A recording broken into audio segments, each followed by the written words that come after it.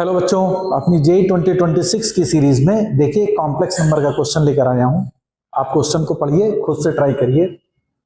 Question में दिया गया mod of Z minus iota less than और इक्वल टू 2।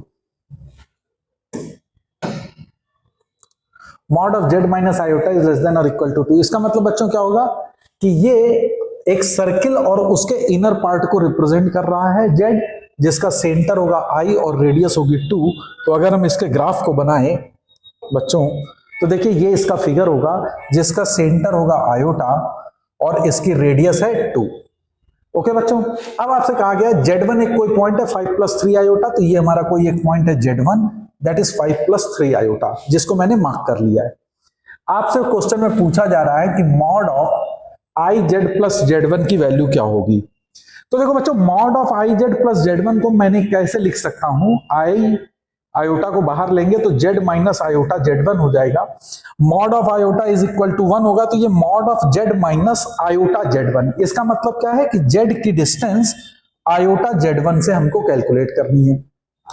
Z1 पॉइंट अगर हमको दिया गया तो आयोटा Z1 बच्चों कैसे निकाला जाएगा, इस Z1 को 90 डिग्री आप रोटेट कर दीजिए। तो जैसे ही मैं इसको देखिए 90 डिग्री, इस लाइन को 90 डिग्री पे रोटेट करूंगा तो मुझको ये पॉइंट मिलेगा।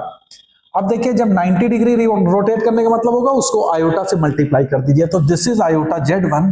तो जब 5 + 3 आयोटा को आयोटा से मल्टीप्लाई करोगे बच्चों तो आएगा -3 + 5 आयोटा। अब -3 + 5 आयोटा की आपको Z से डिस्टेंस को मेजर करना है और वो Z इस सर्किल पे होना चाहिए। तो हमको मालूम है, और कौन सी वैल्यू पूछ रहा है, मैक्सिमम वैल्यू वो पूछ रहा है। तो मैक्सिमम वैल्यू के लिए बच्चों को क्या होगा, ऑब्वियस सी बात है कि वो इसके एक्सट्रीम अपर कॉर्नर पे जाके बनेगा।